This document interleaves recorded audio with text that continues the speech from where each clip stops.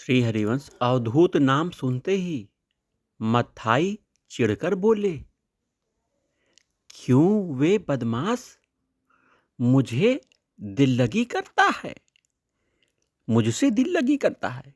यह कहकर दुष्ट ने पास में पड़े हुए एक घड़े के टुकड़े को उठाकर नित्यानंद महाप्रभु जी के सर पे मारा। सर से रक्त की धार बह चली, पर नित्यानंद जी का मधाई पर कोई क्रोध नहीं आया। वे तो अपने नाम के अनुरूप आनंद मग्न हुए भगवान नाम का गान और नृत्य कर रहे थे। उन्हें साथ देने के स्थान पर करुणामूर्ति भगवान से कातर स्वर में प्रार्थना करने लगे, प्रभु इन ब्राह्मण कुमारों जगाई मथाई का उद्धार करो, मुझसे इनकी दुर्दशा देखी नहीं जाती।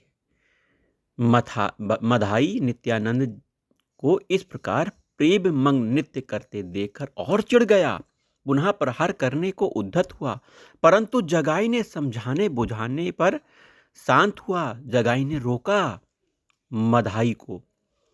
उधर महाप्रभु के घर पर कीर्तन प्रारंभ होने वाला था। भक्तों की मंडली इकट्ठा हो गई थी।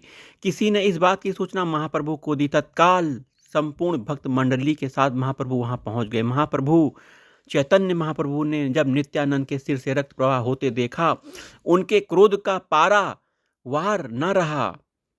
उस समय उनका करुणा वरुणालय रूप प्रलयकारी रौद्र स्वरूप में परिणित हो गया। वे चक्र चक्र कहते हुए सुदर्शन चक्र का आह्वान करने लगे।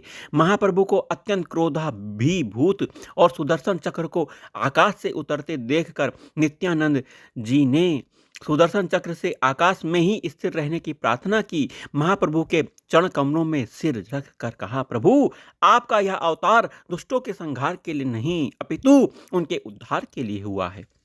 आपकी दया के मुख्य पात्र तो यही हैं। हे प्रभु, जगाई ने तो मेरी रक्षा की है। इसने मधाई को मुझ पर दूसरा प्रहार करने से रोका, अतः यह आपकी परम कृपा का अधिकारी है। जगाई ने मेरे निताई की रक्षा की। यह सुनते ही महाप्रभु का सारा क्रोध विलुप्त हो गया। उन्होंने तुरंत जगाई को हृदय से लगा लिया। प्रभु का स्पर्श पाते ही जगाई के जन्म जन्मांतर के पाप क्षण मात्र में नष्ट हो गए।